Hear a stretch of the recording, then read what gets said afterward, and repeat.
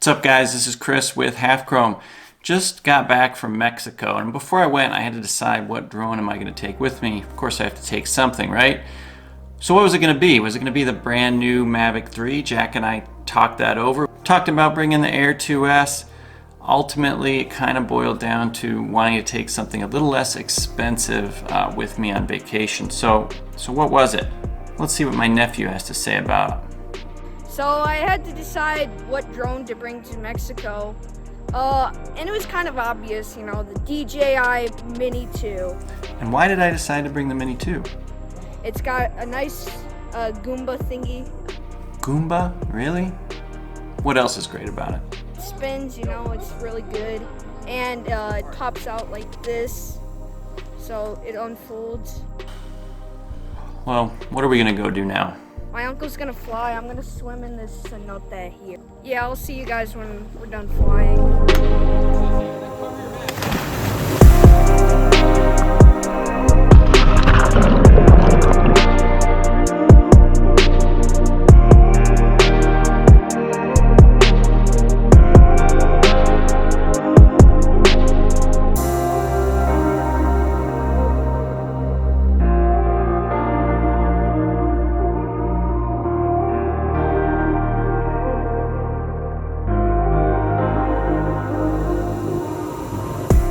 I'll be right back to talk about what limitations I felt I had with the Mini 2, why I wish I might have brought something else, but really this one was maybe the right fit. I'll be right back.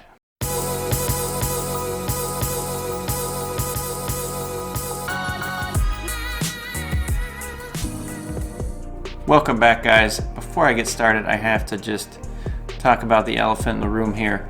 This is not a Goomba. Nice Goomba thingy. Now you might call me a Goomba, but do not call my camera gimbal a Goomba. Alright, let me start off just by talking about a couple of shots I got here in less than ideal lighting for the Mini 2. These are two long shots, the first one here flying over the pool, and you can see maybe some of the limitations that it might have. The really dark trees, this is very backlit.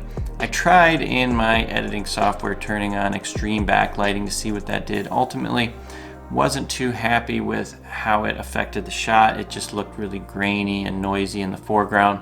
So instead what I did is just altered the exposure a little bit throughout the shot. It was fixed while I was flying, but what I did in post was just start off with a little brighter exposure, a little more saturation, and drop that down as I flew up over the ocean at the end of the shot. Now this second shot here, I'm flying backwards. I actually did fly this one forwards. You might notice in the waves a little bit, but I think it looks cooler backwards. Here I tried something different. I used the HDR effect in my video editing software. It took good effect. It really helped out bring out some details in the sky, as well as some details as I came down over the Gulf, some details in the darker parts of the shot as well. I tried the same thing in that first shot. It didn't really do much, didn't work as well. I'm sure with more experienced video editors, there's other ways to pull out a little extra out of your shots, but that's what I used here. Everything else is pretty much stock. One of the two mornings I flew, it was pretty dark sky in the background of some of the shots. I might have brightened those up a little bit or increased the saturation. I was tending to fix the exposure during all my flights after a nasty experience. You can see here in one of my early shots with the sun coming in at an angle and creating some really bad effects with the camera's auto exposure changing a lot. So I learned my lesson and fixed the exposure for all my other stuff and did a little bit of correction in post. One of my earlier shots here too, you can really see the need for having a filter on. At this one I was flying looking down, nadir shot straight over the trees, and you can just see it's just kind of like dizzying. It's going to give you an epileptic seizure. Wanted some image blur. The rest of the time flying down there I had on this ND8, and in bright sunlight I definitely could have gotten away with more. Definitely an ND16 would have been better suited for some of my shots as well, but it definitely helped I think bring out a little bit of that motion blur, make things a little more pleasing to the eye for the rest of the stuff I caught on vacation. Other than the dynamic range limitations of the Mini 2, which aren't that bad to be honest, but other than that, what was I really missing? I would say it was probably 4K 60 or even higher frame rates in 4K. In these shots here, I filmed them in 60 frames a second, and I was forced to film in full HD. As you can see, I would have loved to get a little closer to the birds.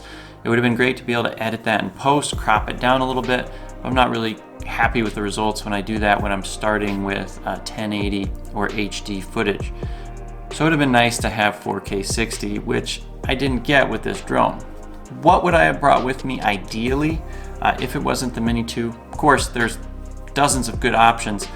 What it probably would have been, would it be a drone that Jack's put a little bit focus on again recently in some videos, which would be the DJI Air 2, not the Air 2S.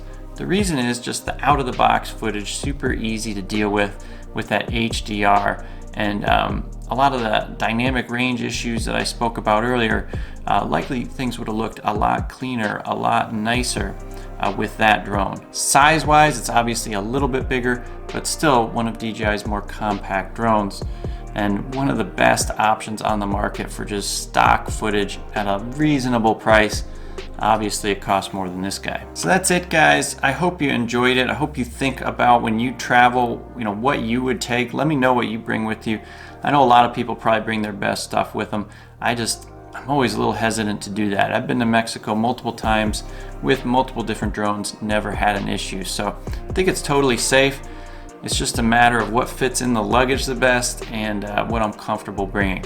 So I got my nephew in here earlier. My daughter wanted to be part of the show too. Let's see what she has to say about flying the Mini 2 in Mexico. The DJI Mini 2 captures excellent footage, even though it's not the most expensive drone from DJI. All right, well there you have it, guys. Thanks for watching. Subscribe if you haven't already. We'll see you guys next time. Is that good? Mm-hmm. Okay.